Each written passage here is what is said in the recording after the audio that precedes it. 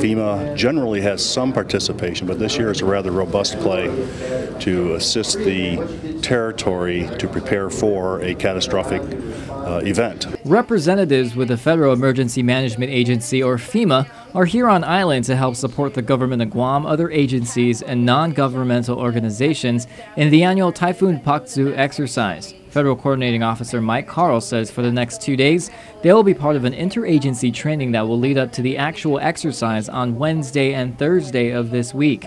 He also talks about how they carry out the community's needs and resources throughout this process. The second half of it is what we call mission assignments, and that's the mechanism that we, the federal government, use to bring in other federal agencies.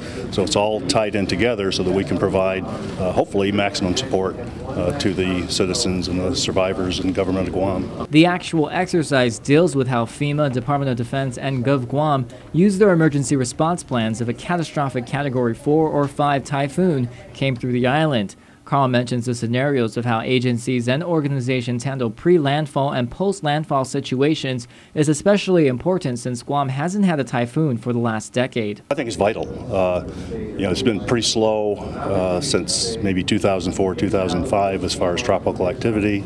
There's been some turnover in staff and so forth, and I think it's just vital that we get together, we get to know each other, so that when something does happen, we can work better together, again, on behalf of the citizen. Carl adds they will also factor how distance from federal resources is a challenge in responding to emergency scenarios like this. The Typhoon Ex training and exercise is being conducted at the Guam Homeland Security and Office of Civil Defense headquarters until June 14th.